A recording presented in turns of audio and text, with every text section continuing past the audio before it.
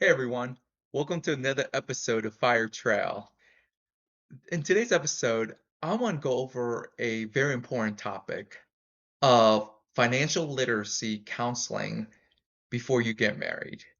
If you are planning on getting married in 2024, you're newly engaged, you're really excited, and you are meeting with a religious counselor. I think that's a very traditional path to talk about how to prepare for the union of two people. I think that's incredible. I think what many people fail to do is incorporating financial literacy coaching in their counseling sessions. Hi everyone, my name is Xiao Yu. I retired from my corporate finance job at age 37, and now, as a part-time job or hobby, I made YouTube videos discussing how people can reach financial independence and retire early. Okay, why it's so important to have financial coaching as part of your marriage counseling. First and foremost, we have to admit that one of the biggest issues facing marriages in our society is the strain of financial stress. Money problems have been indicated as one of the primary reasons people divorce, people separate, why people fight as a husband and wife. And if you are entering that that important covenant as husband and wife, it is so important that the two of you are of equal understanding of sound mind regarding how your finances, when they are joined together, how you guys are going to budget, how you're going to spend your money, how you're going to save your money, how you're going to invest for the retirement. What about work? Is one of you going to both of you going to work when there are kids in the future? What about all about where to live? What kind of job?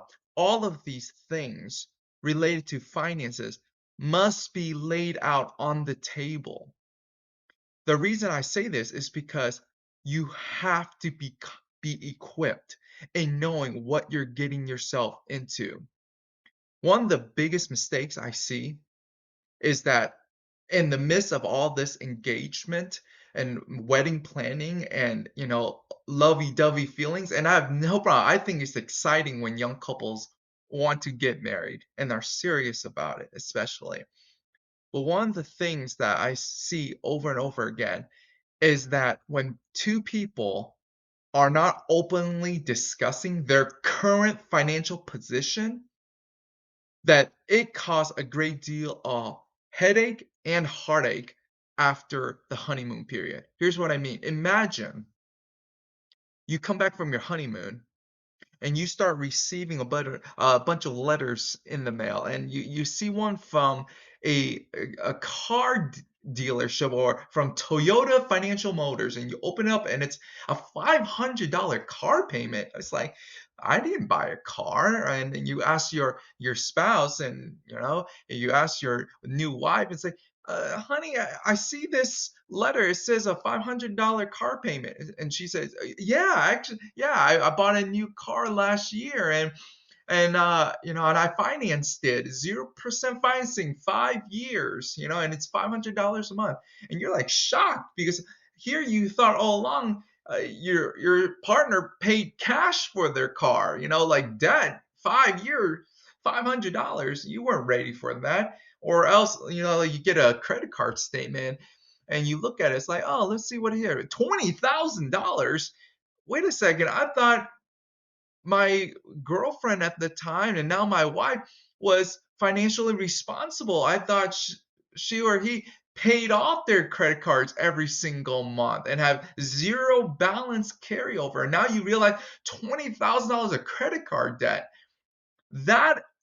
These should not be a surprise to anyone, okay? You should be able to sit down and reveal to each other 100% transparency. Here is where I stand financially. Here is how much money I have in my savings account, my retirement account. Here's how much debt I have accumulated. Hopefully, it's zero. You know, and here is how much I make in my current career, my current job, and together the both of you combine that information to assess, okay, this is how much both you and I have together once we're married. Here's the two of us combined together, how much we will owe in debt. And here, the two of us combined, how much we will make in the household income. And now we need to formulate a plan to ensure we get rid of our debt, get rid of our credit card debt, get rid of our car loans, get rid of our student loans. Okay, let's work together and agree upon a strategy to get rid of all of this. And the reason I say that you want to do this before you get married is because of this fact. Because this is when you're having these conversations about money, you get r- good insight to what the other person whom you're marrying is truly like regarding finances. Now, I am somebody who is very conservative with finances. I I do not go into debt. I've never been in debt. Okay. The only debt I've ever had was my mortgage. I paid my cars in cash. I paid my education in cash. I pay everything in cash. I do not owe people money. And I was very open and transparent with my wife before we got married. This is how much money I have. This is how much money I make. And this is the lifestyle I can afford. Okay. Now, the reason I say that was not to, intimidate her or, give her an ultimatum. That's all. No, I think it's only fair to the other person whom we love to give them upfront of what situation they're getting themselves into, because I want the same from my wife.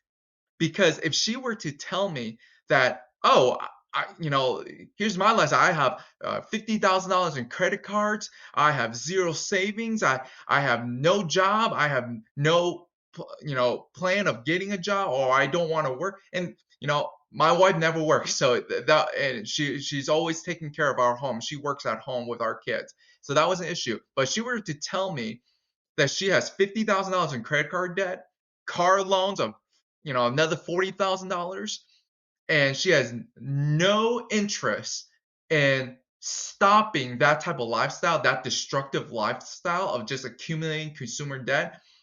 I can guarantee you that not only would I be concerned, but my family, my friends would be concerned as well.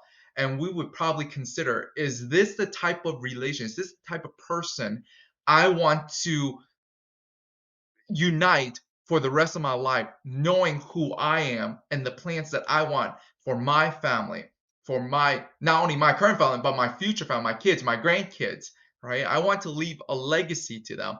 And someone who's not interested in that financial journey, and if they're only interested in spending money and accumulating debt, that is someone you should seriously not partner with. It's not meaning that that person is a bad person or anything like that. It's that that person is not right for you, could potentially be not right for you on the journey that you want in your life for your family.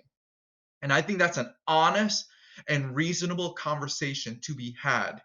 And unfortunately, many people don't have that before they get married. And it's only after they get married, when everything shows up in the mailbox and you see all these bills, that people realize, wow, the person I marry is not, doesn't have the financial education, the financial literacy, or the financial stability that I thought they had. Okay. So I hope this video was useful, and I hope you understand where I'm coming from, that it's important that both people, before they get married, have an honest take on where they stand financially and where they want to go in the future. Okay. Again, my name is Xiao Yu, and I hope you enjoyed this video and found it valuable. If you did, please like and subscribe so you get notified of my latest videos. I wish you all the very best in your financial journey. Take care.